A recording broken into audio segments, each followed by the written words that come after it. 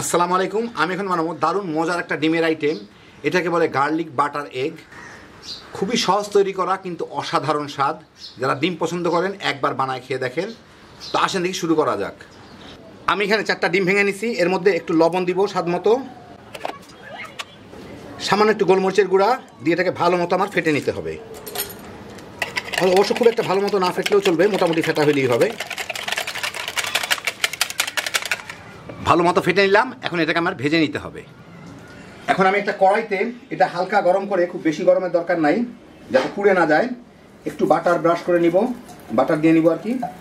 আর একটু দেই butter. Chicken যেহেতু সেহেতু বাটারই ব্যবহার করতেছি, ইচ্ছা করলে কেউ তেলেও ভেজে নিতে পারেন।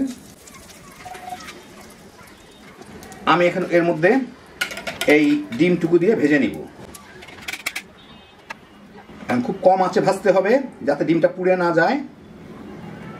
আর এটা একটু ভাজার আলাদা একটা টেকনিক আছে, আপনাদের আমি দেখাচ্ছি।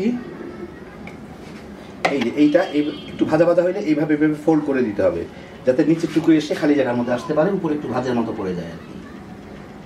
দেখেন, দেখলেই বুঝবেন। এখন এই পাশ থেকে এনে একটু ফোল্ড করে দিব, উপরেগুলো চলে গেল, এই মাঝখানে চলে আসলো। এটাও এইভাবে এইভাবে এরকম করে দিতে হবে একটু পর পর।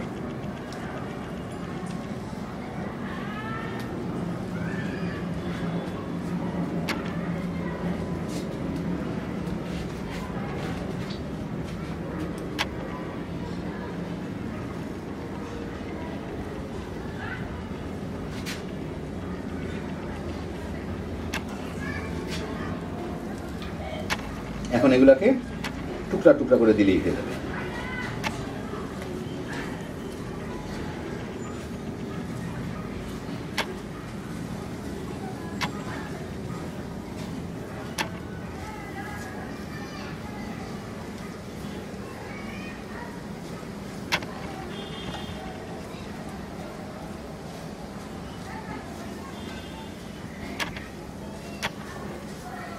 খুব ছোট টুকরা না, বেশ মোটামুটি মোটামুটি সাইজের একটা টুকরা আর কি। এখন একটু উল্টা পাল্টা ভেজে নিলেই হয়ে গেল। দেখেন ডিমটা ভাজা। তো আমি এটাকে এখন উঠাই নেব। এখন সেই একই কড়াইয়ে প্রায় 1 টেবিল চামচের থেকে একটু বেশি বাটার দিয়ে গলাইটাকে আমি এখানে প্রায় 2 টেবিল চামচ রসুন কুচকুচি করে রাখছি, প্রায় 7-8 কোয়া রসুন হবে, ওগুলা দিয়ে আমি একটু ভেজে নিব এটাকে।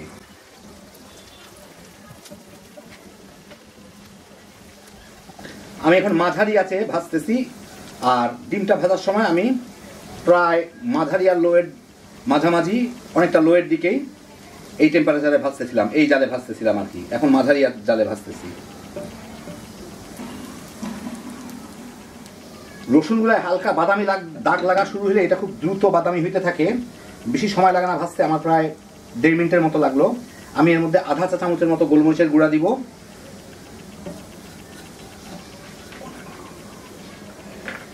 আর এখানে প্রায় 1.5 চা চামচের মতো কর্নফ্লাওয়ার দিব। পুরাটা দিব, পুরাটাই দিয়ে দিই, অসুবিধা নাই। দিয়ে একটু ভেজে নিব। 1.5 চা চামচ কিন্তু মেজারিং চামচে। একটু ভেজে আমি এখন এর মধ্যে দুধ দিয়ে দিব। এখানে হচ্ছে প্রায় 1.25 কাপ দুধ আছে, 3/4 কাপ দুধ দিয়ে একটু জাল দিয়ে নিব। একই সাথে ক্রাশড পেপার আছে এখানে আধা চা চামচের মতো, ওইটা দিয়ে দিব। শুকনা মরিচ তেলে ভেঙে নেওয়া, স্বাদ মতো অল্প একটু লবণ দিয়ে দিব।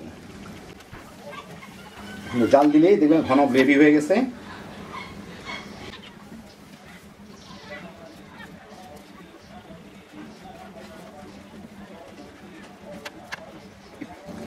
এটা ফুটে উঠে যথেষ্ট ঘন হয়ে গেছে। এখন কেউ যদি চান এটাকে আরেকটু জাল দিয়ে কমাই নিতে পারেন, যদি বেশি গ্রেভি রাখতে চান। তা না হইলে আমি এর মধ্যেই এই ডিমগুলাকে দিয়ে দিব। আর একটু ধনিয়া পাতা কুচি করা সেটাও দিয়ে দিব। দিয়ে এর সাথে মিশিয়ে নিলেই হয়ে যাবে ভালো মতো। কেউ যদি চান এর সাথে একটু ম্যাজিক মশলা কিংবা নুডলসের মশলা দিয়ে দিতে পারেন, তাহলে এর টেস্টটা কিন্তু আরও অনেক বেড়ে যাবে। এই আধা মিনিটের মতো একটু নাড়াচাড়া করে নিই। বাস, চুলাটা বন্ধ করে দিই। হয়ে গেল আমার দারুণ গার্লিক বাটার এগ ফ্রাই অথবা গার্লিক বাটার এগ। আমি আপনাদের একটু পরিবেশন করে দেখাচ্ছি। তো এই দেখেন হয়ে গেল আমার দারুণ মজার গার্লিক বাটার এগ। কি যে মজা খাইতে, একবার বানাইলেই বুঝবেন। যারা ডিম পছন্দ করেন এটা নাস্তার সাথে, সকালের নাস্তায় কিংবা ভাতের সাথেও তামা তামা করে খেয়ে ফেলাইতে পারবেন। খুব সহজে হ্যাপি জোশের একটা আইটেম। আল্লাহ আপনাদের সবাইকে ভালো রাখুন, সুস্থ রাখুন, নিরাপদে রাখুন। ইনশাল্লাহ বেঁচে থাকলে আবার দেখা হবে। আল্লাহ হাফেজ।